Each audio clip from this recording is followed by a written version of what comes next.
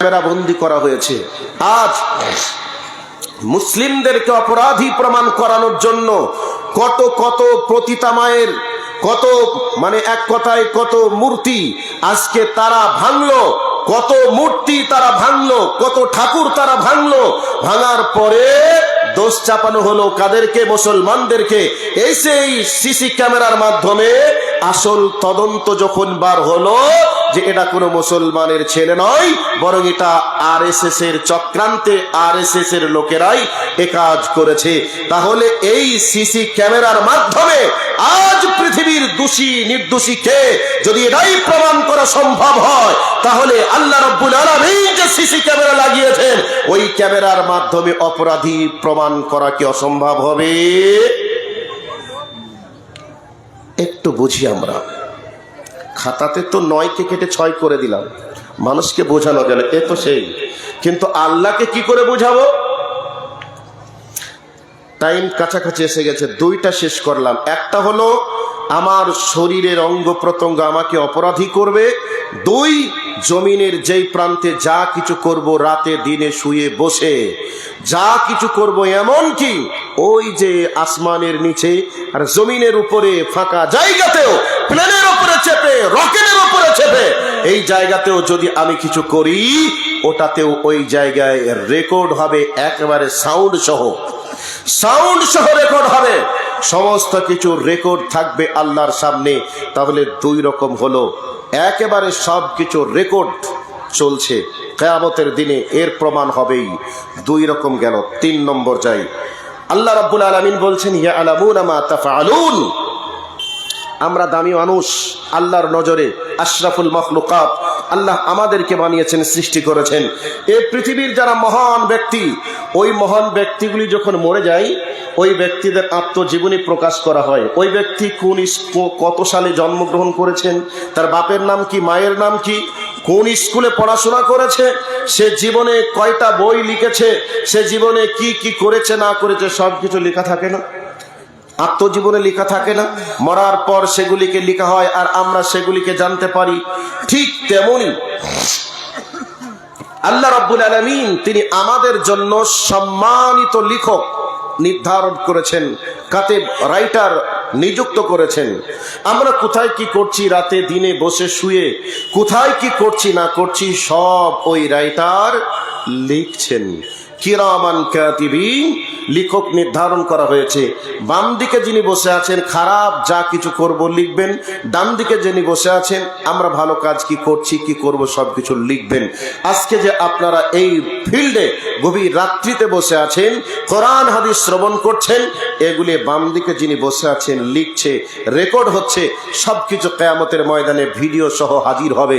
সেই দিনে এর প্রতিদানও যেমন পাওয়া যাবে, আর নোংরামি, বদমাইশি, ভণ্ডামি, বাটপারি, চিটারি যারা করছে এর বিচারও সেদিন হবে। সবকিছু রেকর্ড হচ্ছে যেমন, তেমনি ফেরেশতার মাধ্যমে লিখনি চলছে। এবার চলে আসুন, কয়েকদিন আগে যেমন প্রচন্ড ঠান্ডা গেল, প্রচন্ড শীত, কুয়াশা পড়ে গোটা পৃথিবীকে অন্ধকারে আচ্ছন্ন করে দিয়েছে। আর প্রচন্ড শীত হওয়ার কারণে মানুষজন সব ঘরের ভিতরে ঢুকে গেছে। রাস্তার সিকিউরিটি গার্ড, পুলিশ প্রশাসন পর্যন্ত একেবারে গাড়ির ভিতরে, কোথায় কি হচ্ছে না হচ্ছে নিজের জীবনের ঝুঁকি না করতে পেরে একেবারে বাড়ির ভিতরে। এবার বুঝে নেন, গোটা পৃথিবী একেবারে শীতের প্রকম্পে, অস্থিরতা, সকলেই যেন নিজ নিজ জায়গাতে একবারে আত্মগোপন করেছে। এই অবস্থায় কোন একটা মানুষ ভাবলো গোটা পৃথিবীর মানুষ তো ঘুমিয়ে আছে, পুলিশ প্রশাসনও ধরতে পারবে না, সিসি ক্যামেরাও অফ হয়ে থাকবে, অন্ধকারে ছবি সহ স্পষ্ট আসবে না। এই অবস্থায় চল অমুকের মেয়ের বিছানাতে যাই, কেউ দেখতে পাবে না। অমুকের ঘরে চুরি করে আসি, কেউ দেখতে পাবে না। এই নিয়তে চলে গেল।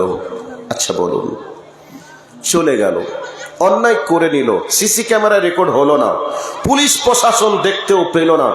আপনি কি এই ফেরেশতা যিনাকে নিযুক্ত করা হয়েছে আপনার জন্য, উনি কি ঘুমিয়ে যাবেন? উনি কি তন্ত্রায় আচ্ছন্ন হবেন? না কুয়াশায় তিনি দেখতে পাবেন না, লিখনিটা অফ থাকবে, এরকম কি না। বরং গোটা পৃথিবী অফ হয়ে যেতে পারে, গোটা পৃথিবী ঘুমিয়ে যেতে পারে, কিন্তু আপনার জন্য আল্লাহ রাব্বুল আলামিন যেই লেখককে নির্ধারণ করেছেন, ওই লেখক কিন্তু কলম রেডি আছে। ওই লেখকের ঘুম আসে না, তন্দ্রাও আসে না। এক সেকেন্ড আপনাকে রেখে বাথরুম পায়খানা করার জন্য যাবে না যে এই সুযোগ অন্যায় করব, দেখতে পাবে না। কিন্তু যত যা করবেন, রাতে দিনে পানির তলে ডুব মেরে যদি অন্যায় করেন, এগুলিকেও পর্যন্ত সব কিছু কলমে লিখে রেডি করবেন। 3 রকম দিয়ে দিলাম, এবার 4 রকম চলে যাই। আল্লাহ রাব্বুল আলামিন বলেন, আল্লাহু সামিউম বাসীর। আল্লাহ রাব্বুল আলামিন বলছেন, আমি সেই আল্লাহ যিনি দেখতে পান এবং তিনি শুনতে পান। তাহলে আল্লাহ শুনতেও পান, আল্লাহ দেখতেও পান।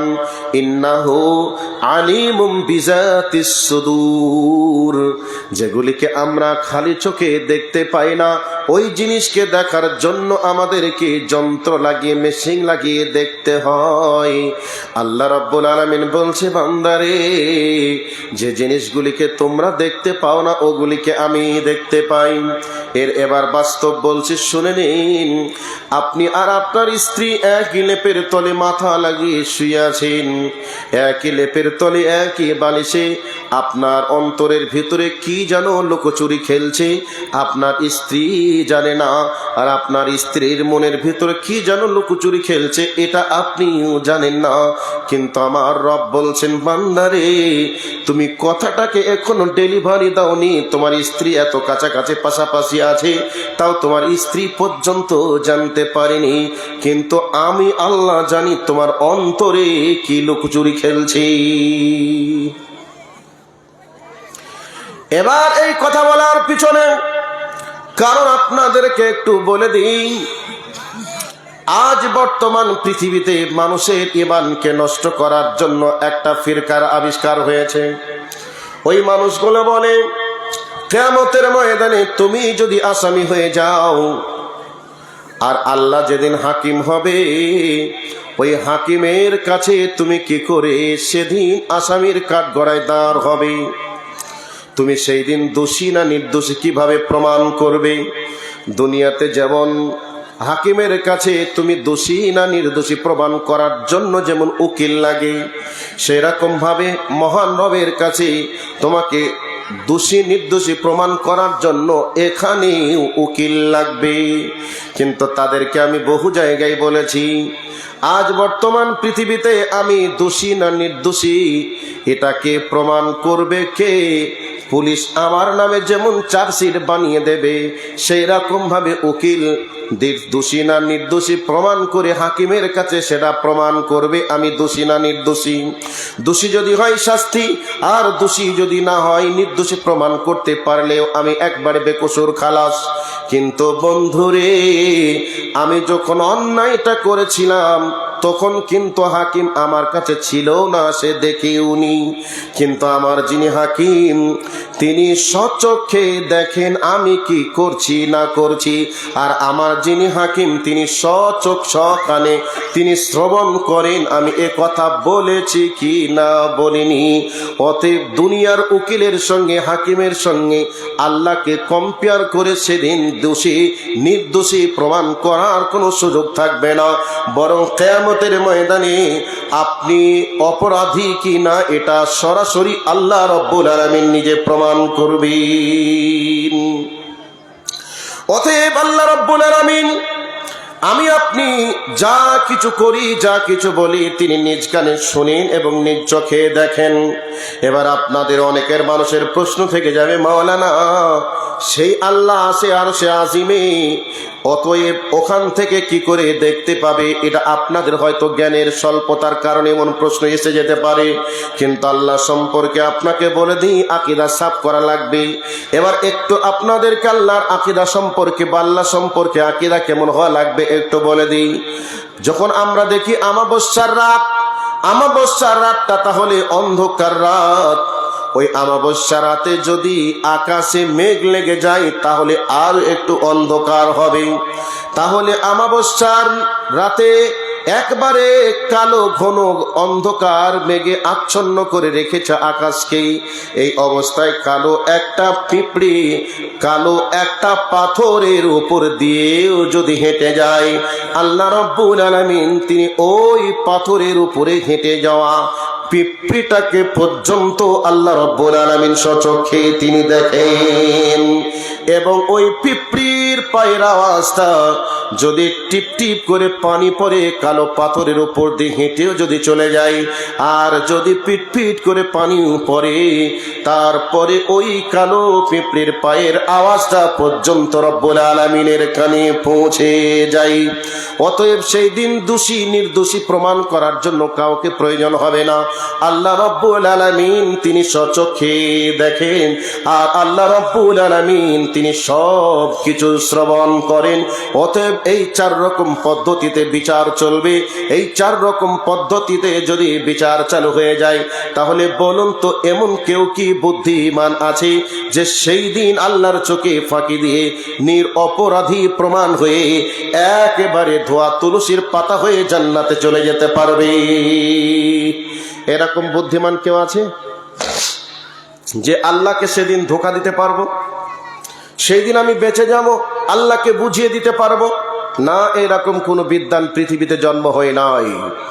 তো এই দুনিয়ার মানুষকে বুঝিয়ে লাভ, এই দুনিয়ার মানুষকে বুঝিয়ে দিলেন, এ দুনিয়ার মানুষ আপনাকে বলেও নিল, বুঝেও গেল যে আপনি নির্দোষী, আপনি একবারে ভালো মানুষ, ফেরেশতার সমতুল্য ব্যক্তি।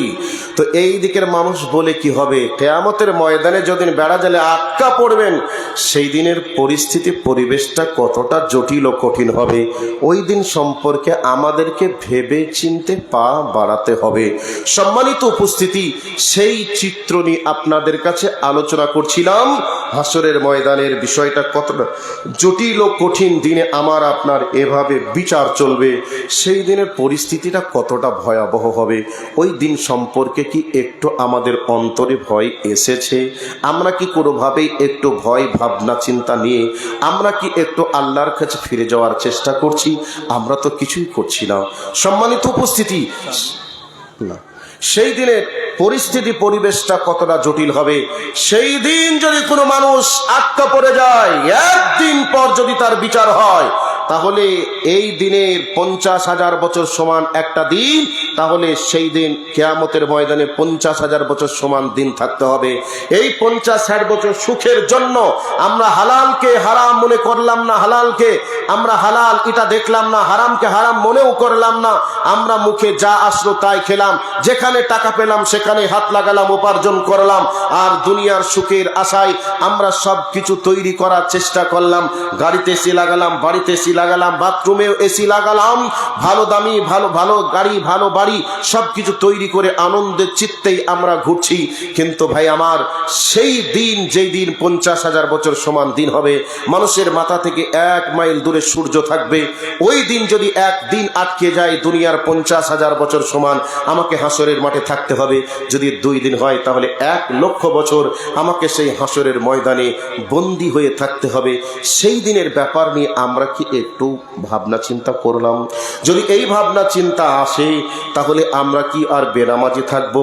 এই ভাবনা চিন্তা যদি এসে যায়, তাহলে আমরা কি আর কারোর জমির আলটাকে ঠেলার চেষ্টা করব? আমরা কি আর হারাম রুজি ভক্ষণ করার চেষ্টা করব? না, করব না। এবার চলে আসছি, পরিস্থিতি এরকম হয়ে যাওয়ার পরে আল্লাহ রাব্বুল আলামিন এবার বান্দার হাতে আমলনামাটা তুলে দিবেন, রেডি করে দিবেন। বান্দাকে বলবেন ইকরা কিতাবাক। আল্লাহ রাব্বুল আলামিন বলবেন, বান্দারে তুমি সারাটা জীবনে যা কিছু করেছো সব এখানে লিপিবদ্ধ করা আছে, এবার তুমি পড়ে দেখো। এবার আপনাদের প্রশ্ন এসে যেতে পারে, মাওলানা সেই ভাষাটা, সেই আমলনামাটা কোন ভাষায় লেখা থাকবে? বাংলাতে থাকবে না আরবিতে থাকবে না উর্দুতে থাকবে না ইংরেজিতে থাকবে? দুনিয়ায় যদি ইংরেজিতে চিঠি আসে, আমরা ছুটে মাস্টারদের কাছে চলে যাই, আর যদি বাংলাতে আসে, তাহলে নিজেরা হয়তো বাংলা জানি, আমরা পড়তে পারি। আরবিতে চিঠি আসলে যেমন মাওলানাদেরকে খুঁজি, তবে কিয়ামতের ময়দানে যে আমল নামাটা আমার আপনার হাতে তুলে দিবে, ওটাকে পড়ানোর জন্য কারোর কাছে যাওয়া লাগবে না। সেদিন নিজের আমল নামা নিজে পড়ার জন্যই যথেষ্ট হয়ে যাব।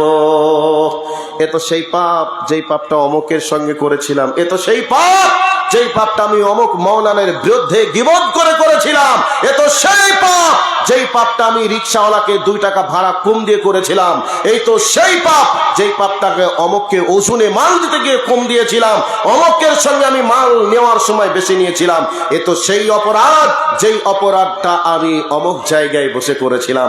এইভাবে দিনের আলোর মতো পরিষ্কার মানুষ সেদিন দেখবে। সম্মানিত উপস্থিতি, আল্লাহ সুবহানাহু ওয়া তাআলা তিনি বলছেন কিয়ামতের ময়দানটা যেমন হিসাব দেওয়ার দিন, সেই রকম ভাবে কিয়ামতের ময়দানটা হিসাব নেওয়ার দিন। আল্লাহ যেমন অপরাধ করলে আল্লাহ যেমন আপনার কাছ থেকে হিসাবটা বুঝিয়ে নেবেন, আপনি ভালো কাজ করলেও তেমন আল্লাহ আপনাকে হিসাবটা বুঝিয়ে দিবেন। সম্মানিত উপস্থিতি, এবার মানুষ সেই দিন আমল নামাটা দেখে পড়ে অবাক হয়ে হয়রান হয়ে মানুষ আশ্চর্য হয়ে বলবে মালি হাযাল কিতাব লা ইউগাদিরু সাগীরাতা ওয়ালা কাবীরা। মানুষ সেদিন অবাক হয়ে হয়রান হয়ে বলবে, আয় আল্লাহ, কি আশ্চর্য ধরনের কিতাব আমল নামা তুমি প্রস্তুত করে রেখেছো। যেই আমল নামাতে চুল পরিমাণ ভালো করেছি তাও লেখা আছে, চুল পরিমাণ খারাপ করেছি তাও লেখা আছে, একটু বাড়ানো হয়নি, একটু কমানো হয়নি। এর জন্য আল্লাহ রাব্বুল আলামিন বলছেন ফামান ইয়ামাল মিসকালা যাররাতিন খায়রান ইয়ারা ওয়া মান ইয়ামাল মিসকালা যাররাতিন শাররান ইয়ারা। আল্লাহ পাক বলছেন কিয়ামতের ময়দানে চুল পরিমাণ, অনুপরিমাণ, অনু তো অনেক বড় জিনিস, এর থেকে কোটি গুণ যদি ছোট সূক্ষ্ম অপরাধ করেন তাও লেখা থাকবে, সূক্ষ্ম ছোট যদি ভালো কাজ করেন তাও লেখা থাকবে। সেই দিন আপনাকে সবকিছু আল্লাহ প্রস্তুত করবেন। এই যে আপনারা দান করছেন, অনেক মানুষ আছে না যে পৃথিবীর কোনো মানুষ জানে না মসজিদের দান বাক্সে রাতের অন্ধকারে গিয়ে 1000 টাকা, 5000 টাকা, 10,000 টাকা রেখে চলে আসে। এই টাকাটা পৃথিবীর কেউ না দেখলেও মহান রব দেখেন। এই উদ্দেশ্য যদি আপনার হয়, রব আমি আর তুমি কেউ দেখলো না, এই টাকা আমি তোমাকে দিলাম, আমি এর প্রতিদান এই চাই, এই প্রতিদানটা কিয়ামতের ময়দানে আপনি পাবেন। যদি আল্লাহ এটাকে যদি না দেখতে পান, এই উদ্দেশ্য যদি হয় আপনার, আল্লাহ যদি না দেখতে পান, এর প্রতিদান কি থাকবে? পাবেন, কিন্তু এর প্রতিদানটা কিয়ামতের ময়দানে পেয়ে যাবেন। মানুষ কোটি কোটি টাকা ইসলামের জন্য দান করছে, মানুষ রাতের অন্ধকারে উঠে চোখের পানি ছেড়ে দিয়ে কান্না করছে। এই চোখের পানি ছেড়ে দিয়ে কান্না যে আপনি করছেন, এটা মানুষকে দেখানোর জন্য নাকি আল্লাহকে ভয় করে?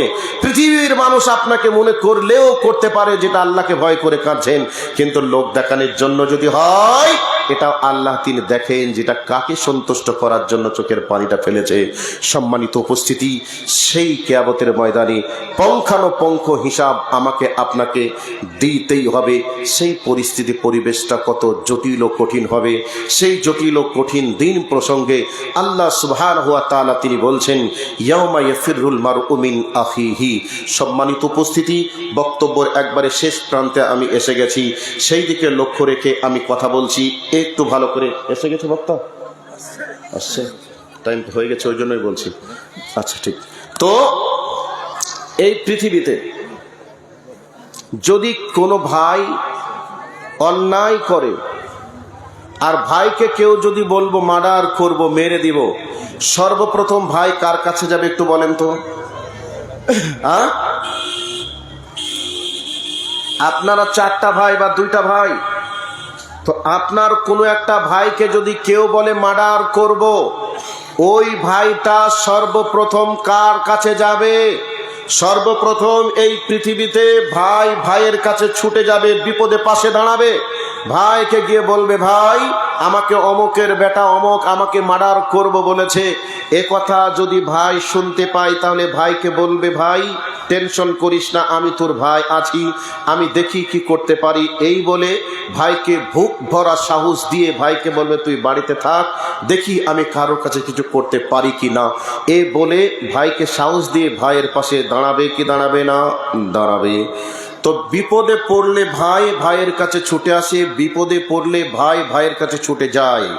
কিন্তু কিয়ামতের ময়দানটা কত জটিল ও কঠিন হবে। ভাই ভাইকে দেখবে, কেই ভিনকে দৌড় দিয়ে পালাবে। আল্লাহ কোরআনে বলছেন ভিনকে দৌড় দিয়ে পালাবে। যেমন রাস্তায় চলছেন, যেতে যেতেই আমরা যদি দেখতে পাই ওখানে একটা বাঘ ওই দিকে মুখ করে বসে আছে, বাঘটাকে দেখলেন যে সত্যিই বাঘ ওই দিকে মুখ করে বসে আছে, আচ্ছা ওই বাঘটাকে দেখে কোন আপনি কি করবেন বলেন তো? বাঘকে কি ঢেল মেরে জাগ্রত করবেন, নাকি বাঘটাকে দেখে সিদ্ধান্ত নিবেন এইভাবে বসে বসে যে কি করা যায়, যাব কি যাব না? না, এরকম না করে শুধু বাঘ দেখে, যাতে করে বাঘ বুঝতে না পারে, বাঘ আমাকে ধরতে না পারে, সেইভাবে ছুটে দৌড় দিয়ে আমি নির্জন জায়গায় গিয়ে নিজেকে সেভ দেওয়ার চেষ্টা করব। করব কি করব না? করব, বাঘের হাত থেকে বাঁচার জন্য। আল্লাহ বলছেন কিয়ামতের ময়দানে ভাই ভাইকে দেখেই, একেবারে বাঘ দেখলে যেমন ভিনকে দৌড় দিয়ে পালিয়ে যায়, ভাই ভাইকে দেখবে আর পালিয়ে যাবে। পজিশনটা কত জটিল হলে এই কথা, এই দৃশ্য হতে পারে। সেই কিয়ামতের ময়দানে মা মাকে দেখবা, মা ছেলেকে দেখবে, দেখার পরে এভাবে পালিয়ে যাবে। অথচ আমরা দুনিয়াতে দেখি, ডিসকভারি চ্যানেলের মাধ্যমে আমরা দেখতে পাই একটা চতুষ্পদ প্রাণী বাচ্চা নিয়ে জমিনে চরণ করছে। এই অবস্থায় একটা বাঘ, একটা সিংহ, একটা হাইনাল বাচ্চার উপরে আক্রমণ করলো। মা সিংহিনীর মতো তার বিরুদ্ধে যুদ্ধ ঘোষণা করে বাচ্চাকে প্রাণে বাঁচানোর চেষ্টা করে। যখন দেখলো আমি আমার বাচ্চাকে আর বাঁচাতে পারলাম না, তখন মা তার বাচ্চাকে রেখে পালিয়ে যায়। আবার অনেক সময় দেখা যায় বাচ্চাকে বাঁচাতে গিয়ে মায়ের প্রাণ চলে যায়। আমরা একটা চতুষ্পদ প্রাণীর মাঝে লক্ষ্য করি। এরপর আমরা দেখি সোশ্যাল মিডিয়ায় দেখলাম কিছুদিন পূর্বে একটা বাড়িতে আগুন লেগে গেছে। এই অবস্থায় বাচ্চা আছে ঘরের ভিতরে, দাও দাও করে আগুন জ্বলছে। এই অবস্থায় মা তার বাচ্চার কথা মনে করে বলছে আমার বাচ্চা, আমার বাচ্চা। এই অবস্থায় মা বলছে বাচ্চা তো ঘরে আছে। এই অবস্থায় বাচ্চার জন্য মা সিংহীর মতো ঝাঁপ দেওয়ার জন্য প্রস্তুত। মানুষজন বলছে তুমিও মারা যাবে, তোমার বাচ্চাও মারা যাবে, এই আগুনের ভিতরে ঘরে ঢোকা যাবে না। মা নিজের জীবনকে পরোয়া না করে সিংহীর মতো আগুনের ঝাঁপ দিয়ে ঘরের ভিতর থেকে মা তার বাচ্চাকে বুকের সঙ্গে জড়িয়ে বার করে নিয়েছে, গোটা পৃথিবীকে দৃষ্টান্ত দেখিয়েছে। এই অবস্থায় কেবলমাত্র মা বাচ্চার জন্য এই ভূমিকা পালন করতে পারে। সম্মানিত উপস্থিতি, সেই কিয়ামতের ময়দানটা কত জটিল ও কঠিন হবে, যেই কিয়ামতের ময়দানে মা তার বাচ্চার ব্যাপারে কোনো রকমের খোঁজ নিবে না। বাচ্চাকে দেখবে, মা পালিয়ে যাবে, কোনো পরিচয় সেদিন দিবে না। ভাই ভাইকে পরিচয় দিবে না, বাপ ছেলেকে পরিচয় দিবে না। সেই দিনের পরিস্থিতি, পরিবেশটা কতটা জটিল ও কঠিন, সেই দিন সম্পর্কে আমাদেরকে একটু ভেবে যেতে হবে। আমাদের প্রিয় নবী মুহাম্মদুর রাসূলুল্লাহ সাল্লাল্লাহু আলাইহি ওয়াসাল্লাম বলছেন কিয়ামতের ময়দানে মানুষগুলিকে উলঙ্গ করে খালি পায়ে, পায়ে জুতা থাকবে না, পরনে কোনো কাপড় থাকবে না, খালি পায়ে নগ্ন দেহে মানুষগুলিকে হাজির করা হবে। সেই দিন মানুষ এক একজন এক এক রকমের ভাবে উঠবে, মুখের ভর করে হাঁটবে। এই অবস্থার কথা আল্লাহর নবী যখন বলছিলেন, আম্মা জান আয়েশা জিজ্ঞাসা করছেন কাইফা ইয়ামশি আলা উজুহিহি, হে রাসূল মানুষ আবার মুখের ভর দিয়ে কেমন করে হাঁটবে? রাসূল বললেন, আয়েশা, যেই আল্লাহ মানুষকে পায়ের সাহায্যে ভর করিয়ে হাঁটিয়ে নিতে পারে, আল্লাহ মুখের সাহায্যেও হাঁটিয়ে নিতেও সক্ষম হবেন। এরপর উলঙ্গ দেহে ওঠার কথা শুনে আম্মা জান আয়েশা বলছেন, নবী গো, তাহলে মানুষ যে সেই দিন উলঙ্গ হয়ে থাকবে, কেউ কারোর দিকে কি তাকিয়ে দেখবে না? নবীজি তখন বলছেন, আয়েশা, সেই কিয়ামতের ময়দানে কত জটিল ও কঠিন দিন হবে। ওই দিনের পরিবেশ পরিস্থিতি মানুষ দেখে, সেই দিন মানুষ মানুষের দিকে তাকিয়ে দেখবে, তার সরঙ্গার দিকে তাকিয়ে আনন্দ করবে, এই সেন্সটা ভুলে যাবে। এর নাম হাসরের ময়দান। সেই দিনের পরিস্থিতি পরিবেশ কতটা জটিল হবে, সেই দিন সম্পর্কে একটু আমরা ভাবনা চিন্তা করার চেষ্টা করি। ভাইরা আমার, আজকে যদি আমি মরে যাই, আগামীকাল সকাল 10টা হতে না হতেই আমাকে কবরে রেখে আসবে।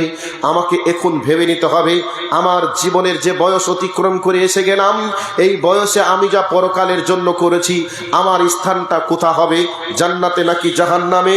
আমার স্থানটা হাসরের ময়দানে ফাঁকা জায়গায় থাকবো নাকি আল্লাহর আরশে আজিমের নিচে থাকবো? আমাকে একটু ভেবে নিতে হবে। যদি আমরা ভেবে চলতে পারি তাহলে আমাদের জীবনের অনুশীলনী আসবে, পরিবর্তন হবে। আর যদি আমরা না ভাবি তাহলে আমাদের জীবনের পরিবর্তন লক্ষ্য করা যাবে না। কাজেই আপনাদেরকে বলছিলাম, আজকে সেই জটিল ও কঠিন দিন প্রসঙ্গে আমার বক্তব্য, অসমাপ্ত বক্তব্য এখানে সমাপনী দিতে চাই। আমার বক্তব্যের যে টাইম ছিল শেষ হয়ে গেল। এখন এই মসজিদের জন্য আমি বক্তা আসা পর্যন্ত কিছু হাতটা আপনাদের সামনের দিকে বাড়ালাম। সম্মানিত উপস্থিতি, কিয়ামতের ময়দানে একটা ব্যক্তির জন্য আল্লাহর আরশে আজিমের নিচে ছায়া থাকবে। যেই ব্যক্তি ডান হাতে দান করে বাম হাতকে বুঝতে দিবে না, এর মানে হলো কেবলমাত্র সে দান করবে আল্লাহকে সন্তুষ্ট করার জন্য, মানুষকে দেখানোর জন্য নয়।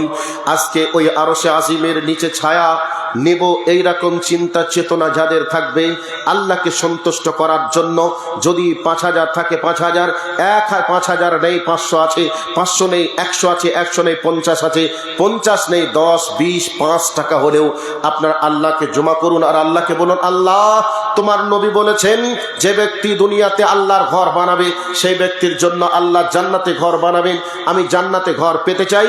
সাথে সাথে কিয়ামতের ময়দানের কত জটিল ও কঠিন কথা শুনলাম। ওই দিনে ডান হাতে আমলনামা, ডান হাতে যদি দান করে বাম হাতকে বুঝতে না দেওয়া হয়, মানে লৌকিকতা যদি না থাকে, তাহলে আমি হাসরের ময়দানে আরশে আজিমের নিচে ছায়া পাবো। মাবুদ গো, সেই আরশে আজিমের নিচে ছায়া আমার জন্য তুমি বরাদ্দ করিও, একটু জায়গার ব্যবস্থা করিও। এর জন্য আমি তোমার ঘরে 500 টাকা দিলাম, 100 টাকা দিলাম, 50 টাকা দিলাম। এই নিয়াত করে প্রত্যেকেই একটু আগে আসুন। প্রত্যেকের কাছে মসজিদের জন্য একটু হাতটা বাড়িয়ে দিলাম। যে যেভাবে পারবেন একটু মেহরবানি করে আগে আসবেন। একজন ভাই আমার 200 টাকা দিয়েছে, আরেকজন ভাই আমার 100 টাকা দিয়েছে। এই করে করে কেউ 10 পিস 50 করে এর আগেও এসেছে, দেখেছি। তো এখন আমি আপনাদেরকে একটু বলতে চাই, দেখি এতক্ষণ পর্যন্ত আপনাদের কাছে কিয়ামতের ময়দানে জটিল ও কঠিন দিনকে সামনে রেখে কথা বলছিলাম, ওই দিকে লক্ষ্য রেখে একটু আসুন তো ভাই। দেখি একজন ভাই আমার 1000 টাকা দিয়েছেন, 1000 টাকা। আরেকজন, আল্লাহ তোমার বান্দা 2,000 টাকা দিয়েছে। হায়াকাল্লাহ, বারাকাল্লাহ, জাযাকাল্লাহ খায়রান জাযা ফিদ দুনিয়া ওয়াল আখিরা। আল্লাহ তোমার বান্দার মনের নিয়াত কি আছে তুমি জানো। দয়া করে তোমার বান্দাকে আরশে আজিমের নিচে ছায়ার ব্যবস্থা করিও। আল্লাহ গো, তোমার বান্দার জন্য তুমি একটা জান্নাতে ঘর বরাদ্দ রাখিও। আল্লাহ তোমার আরেকজন বান্দা 1000 টাকা দিয়েছে, আরেকজন বান্দা 500 টাকা দিয়ে চলে গেছে। আল্লাহ তোমার বান্দাদের দানকে তুমি কবুল করো, মনের আশাকে পূরণ করো। আর একটা ছোট্ট ছেলে মাবুদ তোমার দরবারে তোমার মসজিদের জন্য 100 টাকা দিয়ে চলে গেল। আল্লাহ তোমার বান্দার দানকে কবুল করো, তাকে দুনিয়ায় একটা প্রতিষ্ঠিত ব্যবসায়িক বানিয়ে দিও। রব্বুল আলামিন তার জীবনকে তুমি সুখের বানায়ো। আল্লাহ তার বাবা মার মুখকে উজ্জ্বল করতে পারে সে তৌফিক তুমি দান করিও। আল্লাহ আর একটা ছোট্ট ছেলে 100 টাকা দিয়েছে, আল্লাহ তুমি কবুল করো। আর একটা ছোট্ট ছেলে 100 টাকা দিয়েছে। আল্লাহ কে দিয়েছে, কার মাধ্যমে আসছে জানি না। আল্লাহ তোমার বান্দাদের দানগুলিকে তুমি কবুল করে নাও। আল্লাহ গো, এভাবে আমরা এসেছি দুনিয়াতে, চলেও যাব তোমার কাছে। মাবুদ আমাদেরকে কিছু করে যাওয়ার সুযোগ তুমি দাও, যার বিনিময়ে আমরা জান্নাতে জায়গা পাই। মসজিদের সেক্রেটারি সাহেব কোনটা গো? এই লোকটা নাকি? আরে হাসি দেখেই তো বুঝতে পারছি। আমার ভাই আমার 1000 টাকা দিয়েছে। আল্লাহ ভাই দানকে তুমি কবুল করো। সেক্রেটারি সাহেব রিটায়ারমেন্ট নাকি কি করতেন গো? হ্যাঁ, বড় বিজনেসম্যান। তাহলে এইটা আর 7000 টাকা দিয়ে 10,000 করতে হবে। 3000 হয়েছে।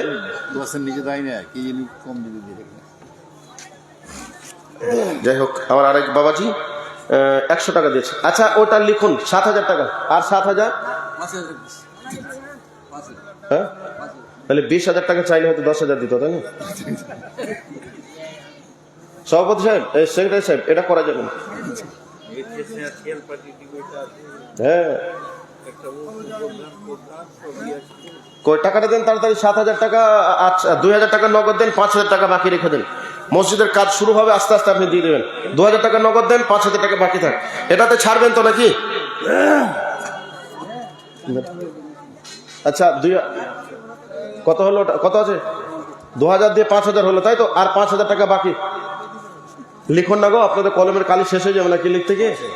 হ্যাঁ, তাহলে 5 হলো আর 2000 টাকা, 5000 টাকা বাকি। না না বললেন না গো সুকসমাতে। তো সেক্রেটারি সাহেব 5000, আর আপনারা কিছু বলছেন না বলে উনিও দিচ্ছেন না। যদি আপনারা বলেন আর 5000 লাগবে, 10,000 টাকা, 5000 বাকি রাখেন, আপনি পরে দিবেন। আরে চাইলেই তো দিবে, আর আপনারা যদি না চান কি করে দিবে? আপনারা কি বলছেন? হ্যাঁ, তো সেক্রেটারি সাহেব কাছে আর 5000 টাকা, আপনারা কি বলছেন? হ্যাঁ, ওইটা লিখতে বলছেন নিচে থেকে। হ্যাঁ, এই তো, আর একটু জোরে কহেন। হ্যাঁ, আরেকজন 200 টাকা দিয়েছে, আল্লাহ তুমি কবুল করো। সেক্রেটারি সাহেব 5000। হ্যাঁ, আচ্ছা আচ্ছা, লিখেন, হয়ে গেছে ইনশাআল্লাহ, মাশাআল্লাহ। জাযাকাল্লাহ খাইরান জাযা ফিদ দুনিয়া ওয়াল আখিরা। আল্লাহুম্মা সাল্লি আলাইহি, আল্লাহুম্মা বারিক আলাইহি। রব্বুল আলামিন, তোমার বান্দারা যে যা দিয়েছে, কে কি উদ্দেশ্যে দিয়েছে আমি জানি না, তুমি জানো। আল্লাহ দয়া করে তোমার বান্দাদের দানকে কবুল করে নাও। মনের যত নেক বাসনা আছে আল্লাহ তুমি পূরণ করে দাও। প্রত্যেকটা বান্দাকে আল্লাহ তোমার ঘরখানায় কাবাতে যাওয়ার সুযোগ দান করি, আমিন আল্লাহুম্মা আমিন। ভাই, মা বোনরা কি চলে গেছে নাকি গো? আচ্ছা মা বোন, আপনাদের কাছ থেকে কিছু আসছে না যে গো? আপনারা এখন একটা নাকের নাক ছাবিও খুলে দিতে পারলেন না, নাকের নাক ফুলও দিতে পারলেন না। আর 20, 10 পিস 50 টাকা না জালসা শুনতে আসছেন বলে সবকিছু খুলে রেখে এসছেন। এটা মৃত্যু বাড়িতে যখন যাবে তখন নিয়ে যাবে, কাঁদবে, আর ওই নাকের নাক মাছিটা পানির সঙ্গে বার হয়ে চলে আসবে। আচ্ছা ভাই, সামনে যারা বসে আছেন আর কেউ দেওয়ার মতো নেই, 5000 নেই, 500 টাকা আছে, 500 টাকা নেই, 200 টাকা আছে। যদি বলেন এখন টাকা নেই, আপনি একটু লিখে দেন, বা আপনাদের মসজিদের জন্য কেউ দিবেন 10 বস্তা, 5 বস্তা, 2 বস্তা করে সিমেন্ট একটু লিখে দেন। মসজিদের কাজ তো বাকি আছে, কাজ চলবে, ওই কাজের প্লাস্টার বাকি আছে নাকি? প্লাস্টার বাকি আছে না? ছাদ হয়ে গেছে? 3 তলা ছাদ হয়ে গেছে, 2 তলা ছাদ বাকি আছে। ও, 3 তলা ছাদ হয়ে গেছে, 2 তলা ছাদ বাকি আছে। তো ছাদের জন্য কেউ রড, সিমেন্ট, বালি, রড, পাথর, যে যেমন পারবেন একটু দিয়ে দেন। যেহেতু আপনাদের গ্রামের প্রত্যেকটা মানুষের একটা করে বাড়ি আছে, আর এতগুলো বাড়ির মানুষ যদি একটা আল্লাহর ঘর তৈরি না করতে পারেন, তাহলে আল্লাহর কাছে কৈফিয়ত দিতে হবে না? আরেকজন ভাই আমার 100 টাকা দিয়েছে, আল্লাহ তোমার বান্দা দানকে কবুল করো। মাশাআল্লাহ, জাযাকাল্লাহ খাইরান জাযা ফিদ দুনিয়া ওয়াল আখিরা। আল্লাহুম্মা সাল্লি আলাইহি, আল্লাহুম্মা বারিক আলাইহি। ভাইয়া, আপনাদের জন্য আল্লাহর কাছে দোয়া, আল্লাহ আপনাদেরকে আসমানি বালা জমিনি বালা থেকে হেফাজত করুক। আল্লাহ রাব্বুল আলামিনের কাছে দোয়া, আপনাদেরকে 5 ওয়াক্তের মুসল্লি বানিয়ে নিক। বর্তমান সময়ে বিশ্বে যেভাবে অবস্থা, দুর্নীতি যা চলছে, আল্লাহ তোমার বান্দাদেরকে তুমি হেফাজত করিও রব্বুল আলামিন। আরেকজন, একটা ছোট্ট মেয়ে 150 টাকা দিয়ে গেছে, আল্লাহ তার দানকে কবুল করো। আরেকজন ভাই আমার 500 টাকা দিয়েছে, হায়াকাল্লাহ, বারাকাল্লাহ, জাযাকাল্লাহ খাইরান জাযা ফিদ দুনিয়া ওয়াল আখিরা। রব্বুল আলামিন, তোমার বান্দারা যে যা নিয়াতে দিয়েছে আল্লাহ সবার নিয়াতকে তুমি পূরণ করো। আয় আল্লাহ, তোমার বান্দারা কেউ যদি অসুস্থ থাকে তুমি তাদেরকে শিফায়ে কামিল আজিলা দান করো। কেউ যদি অসচ্ছল অবস্থা থাকে আল্লাহ তুমি তাদেরকে সচ্ছল অবস্থা দান করো, আমিন। আজকে আপনাদের কাছ থেকে এখান থেকে বিদায় নিচ্ছি।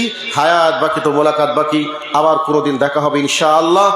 এখান থেকে সমাপনী ঘোষণা করলাম। আসসালামু আলাইকুম ওয়া রাহমাতুল্লাহি ওয়া বারাকাতুহু।